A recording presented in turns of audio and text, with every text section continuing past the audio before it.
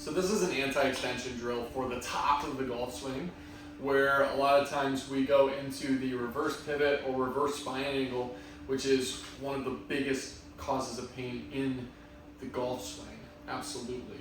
So when you get to the top of the swing, if you see someone whose head is to the left of the midline of the pelvis, that means they're in reverse spine angle.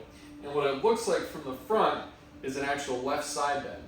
But what it really is extension in the back, but you're turned, so it appears like a side bend because from the front view you're moving to the left, but actually it's extension.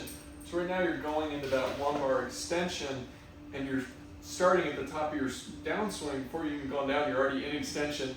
It's just going to lead to more extension in the downswing. So what we want instead is we want kind of a shift to the right, and we want to engage our stomach musculature and have a little pelvic tilt at the top of the swing.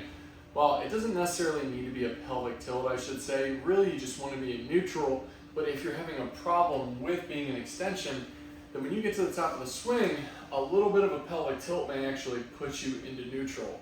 Now, I have a band rigged up because when I get to the top of the swing, I'm going to simulate a golf swing here. So we're going to start in our golf stance, and then we're going to turn and punch. Okay? Now this is the simulation of the feeling you want at the top of the golf swing. So my head is shifting a little bit to the right, maybe more than normal, but we can exaggerate a little bit for the sake of a drill. I'm going to go to the right, I'm going to push, and when I push against that band, my stomach muscles are going to engage as I'm pushing away.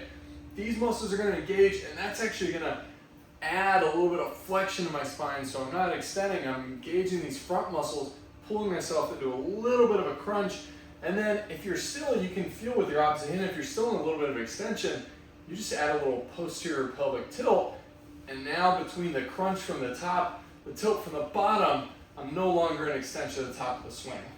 So I'm here, and then I'm just going to punch into here, and we're going to practice that sensation at the top of the backswing.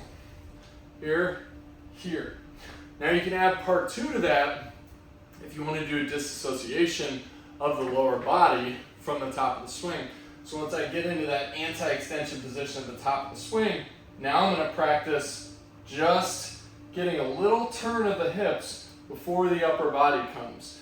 So we don't want to start the downswing with the upper body. We want to be here and then turn the hips a little bit without firing into extension. So we're here, we're maintaining our crunch, we rotate a little bit, and just let those hips rotate counterclockwise just a little bit as we turn without the upper body moving at all, keeping the abs turned on.